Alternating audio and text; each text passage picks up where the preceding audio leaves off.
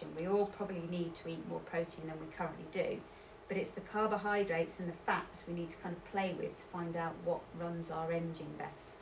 And this is where you differentiate on your body type.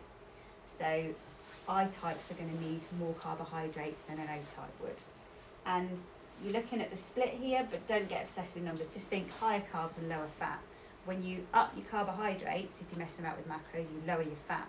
Equally, if you're an O type, you want more fat and you want less carbohydrates.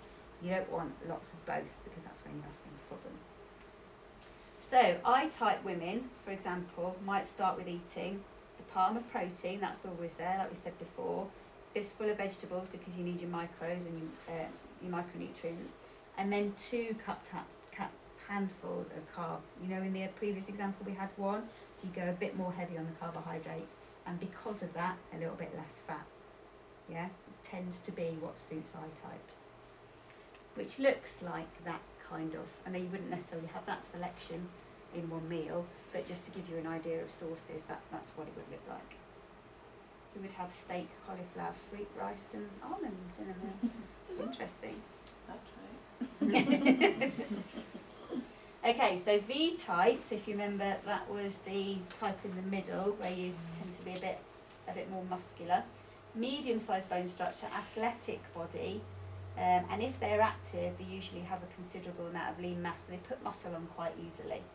I'd say I'm somewhere between an I and a V, because I do put muscle on relatively easy. I don't find it difficult to.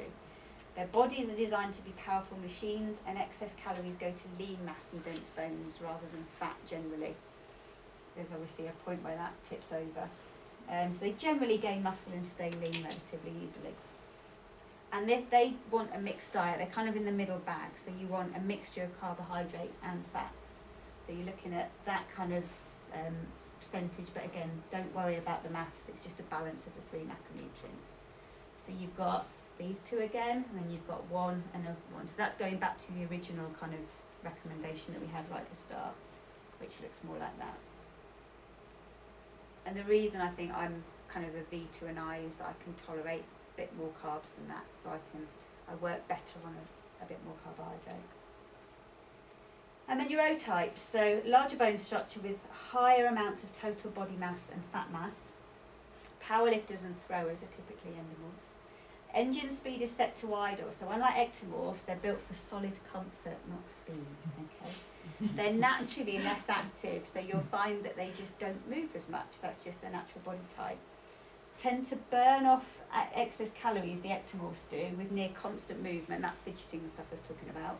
Whereas excess calories in endomorphs don't seem to cause that same increase in energy expenditure, it gets laid down as fat. So excess calories they need to be careful of, and that will get stored as fat. Slower metabolic rate, and generally don't tolerate carbohydrates as well, particularly if they're sedentary, which is why for this type, your exercise is important, even more important, because without it, any excess calories that you're not burning off is just going to go straight down as fat. Okay, makes sense? So they need a higher fat and protein, but lowering the carbohydrate, yeah? So you're looking at these kind of ratios, but again, just think higher fats and protein, less carbohydrates. So you've got the same 2, and then you've only got half a cup handful of carbs, but you've got twice the amount of fats. That's where your energy source is coming from more. Okay, so that looks like that. So two little tablespoons of almonds instead of 1. There are other fat sources are available. Okay, so really important to understand, those are just guidelines, and what you've got to remember is that there are I types, there are V types, and there are O types, and there's a great big scale in between, and there aren't many perfect if any, IVO types in the world. We're all on that scale somewhere, just like we're all on we've all got mixture of genes, and we're all a mixture of 100 different races. Exactly the same with this, we're all on this type of body scale somewhere. So you need to find, and this is where a lot of people fall down because they don't have the patience, you need to find what works for you, and you can only find that by experimenting. So you could have like an omelette, for example, for breakfast, which is your more protein and higher fat. See how you feel by 10 o'clock in the morning. Do you feel like really tired and sluggish? Probably you've not had enough carbohydrates, your body's wanting that quicker energy source to run off.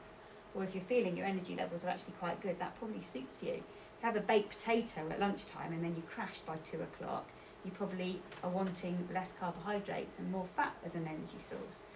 So you How need long to. does that take? Okay, because obviously it's not going to happen on day Yeah. one, is it? So Well, no, you should get that energy level feedback straight away, kind of like an hour or two after food. You start testing yourself. Yeah, I suppose if you're coming off something and go, not coming off, but if you're not having cereal in the morning anymore, Yeah. you're going to have an omelette. Yeah. Are you actually going to feel it that first day that you have an omelette? You should be able to tell a difference. Like 3 days or something. No, you should be able to tell a difference straight Okay. away between one type of energy source and another type of energy source.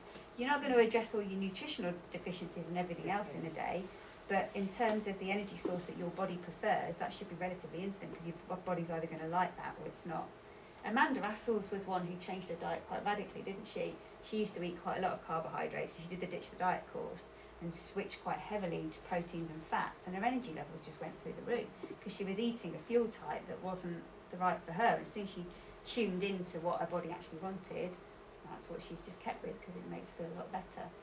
So yeah, that should be relatively instant. Sorry to interrupt. Okay. Feeling hungry, is that part of realising how these different food groups make us feel? It can be, because if you are the type that is a more protein and fat person and you're eating more higher carbohydrates, then you're going to burn through that carbohydrate quite quickly because that's your metabolic type, and it's going to lead you feeling hungrier quicker than the protein and fat, which would satiate you for longer. So it may be that you've not, but it could be that you've just not had enough protein. And tiredness as well could be the first point, which is your nutritional deficiencies, because vitamin Bs, for example, are involved in extracting the energy from our food. And if our vitamin B complex isn't up enough, we're going to feel tired regardless of the type of fuel that we're feeding ourselves. So again, it's going back to that first point first. You've got to make sure your physiology is working before you kind of test your physiology with your fuel types.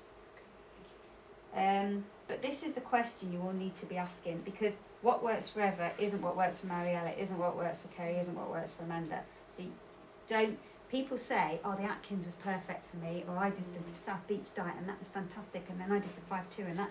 And so we all copy what our friends have done, but they might have the right body type for that type of diet, but you might not. So you've got to have a bit of a play and feel. Have a look at yourself and an honest reflection of yourself, which type you think you probably are, and then start with that, but be prepared to deviate one way or the other, and ask yourself all the time, how's it working for me? Actually, I feel bloody starving by 10 o'clock. I do. If I have too much carbohydrate for breakfast, I'm ready to eat my hand off by 10 o'clock, so I know I need to have some protein and fat in there at breakfast time. But equally, if I had none at all, I still feel pretty like under par. So it's that balance for me. It's that kind of relatively even mixture. But that's only come about by trial and error and trying different things out. So you're becoming, I won't put it down there, I might put it later. You need to become a kind of food detective in that respect and reflect all the time as to what's working for you. So I've looked at any more questions on that before we go any further, actually, about your food type and your, right? Okay, so we've looked at nutritional red flags, and we've looked at your intake as a guide and your food composition based on your body type. If you can get those right, if you can eliminate your nutritional red flags and sort your macronutrients split out, you're 90% of the way there. But the main thing, I go on about this all the time, and it's like a broken record, is consistency. Doing it for 3 days isn't going to cut it. You need to do it day after day after day. Not necessarily perfectly, but most of the time for most meals to feel the benefit. But if you can do most of that, what's left is kind of a bit more geeky really, and is less important, but I'll go over those anyway. And that's meal frequency, calorie and carb cycling, which you may have heard of, and then workout nutrition, but they're relatively minor tweaks. Okay, so meal frequency. Now, for years, it was thought that you need to eat regularly, often and regularly. So you need to eat something small and frequently you need to have breakfast. Breakfast is your metabolic, kickstart. And then you need to eat relatively small frequently during the day to keep your metabolism going. There's a lot of research now to suggest that that's actually a load of rubbish, really. And it's down to personal preference. So again, it's down to this. How is it working for you and what suits you? I know a lot of people who are very lean and very healthy and very energetic that can't stand breakfast, and they don't feel hungry till about 10 o'clock in the morning. And that's just the way their body works. So they go in tune with that, and they have their breakfast about 10 o'clock, and they function perfectly well. You know, conversely, I'm ravenously hungry the second I wake up in the morning, and I really enjoy my breakfast. So everyone's different. And then I tend to snack. If I go for more than, I don't know, 3 hours in the day, I need something else to eat. But some people can go from one big meal, you know, 6 hours to the next. So as long as you're in your 24-hour period, you are having roughly what you need in your day. It doesn't matter when you have it. You just go with what works for you. Okay. Listen to your body. How is it working for you? Is the answer on that one. Anyone heard of calorie and carb cycling, or calorie or carb cycling? No? Okay, so it is a relatively new phenomenon, and it's about adjusting your calories and your carbs depending on whether you're having a training day or a non-training day. So this is for those of you who are exercising relatively regularly. And it's very simple, it's made very, very complicated. But all it is nothing more than eating more carbohydrates and more calories on the days that you're training and fewer on the days when you're not. Rocket science, eh? But it just allows you to kind of keep your metabolic rate ticking over without having those days where you're really trying to starve yourself. So all you're doing is looking at lowering your carbohydrates on the days where you're not exercising and increasing them a little bit on the days that you are. So on the day you're training, you might have a porridge breakfast rather than an omelette, for example, type thing, yeah?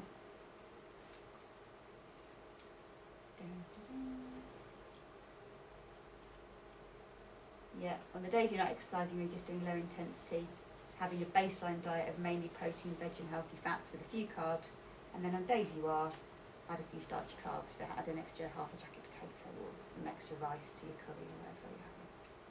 Okay?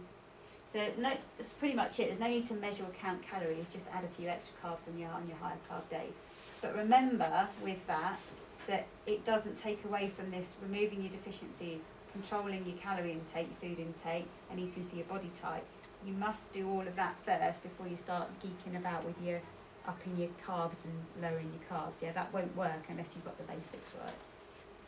Now I get asked this a lot, which makes me chuckle actually, which is what should I eat before, during or after exercise? Should I be having supplements, and should I be having branched chain amino acids and protein shakes and stuff? And what you have before, during or after exercise really doesn't matter. And especially for those of you who exercise at 6 in the morning, you know, you'll say that you don't particularly want to eat something, or if you don't, you feel shaky or whatever. It's totally personal. So if you function better on an empty stomach, then come on an empty stomach. If you need something to eat before you come, then have something to eat. It's totally a personal thing. It's only important if you're an elite athlete and you're training several times a week, multiple times a day, which I don't think actually describes anyone in this room. So if you get to that point, come back to me and we'll have another chat. But if you're just exercising for general health or fitness, the only thing you need to look at is the stuff that we mentioned before, not what you should be having. So just eat an appropriate meal within 1 to 2 hours of training. So there's that YouTube video of the guy whose muscles deplete as well after he's... Yeah. So there's all this thing about once you've worked out, if you're doing strength training, you need to get some protein down you know, like within half an hour, otherwise all of your gains that you've got during your training are just wasted. And again, it's a load of rubbish. So you've got, you know, a good few hours that your body's going to absorb the protein. So yeah, in exercising in the way that we are, just to keep fit and keep healthy, all you need to concern yourself in during your day, have you eliminated your deficiencies? Are you giving your body what it needs? Have you got the total calorie intake for the day? Are you eating the right macronutrient for your body type? And are you doing that over and over again, day in, day out, most of the time? Yeah, without geeking out on what you should be eating before you work out. Okay, so I wanted to go over some macronutrient sources as well. I think you guys know this, but I still keep getting a few questions, so I wanted to be... I will send this round for those of you taking photos of it. But, so your top one are your protein sources. Does anything on there come as a surprise to anyone from a So we're talking about everyone in this room needs to have that palm size of protein, yeah? One of the first thing that goes into your dish or on your plate or in your meal when you're making a meal is your protein. So does anything like that surprise you that it's a protein source? I didn't know there was any protein in that. I thought it was absolutely minute, Oh, okay. so that's a surprise.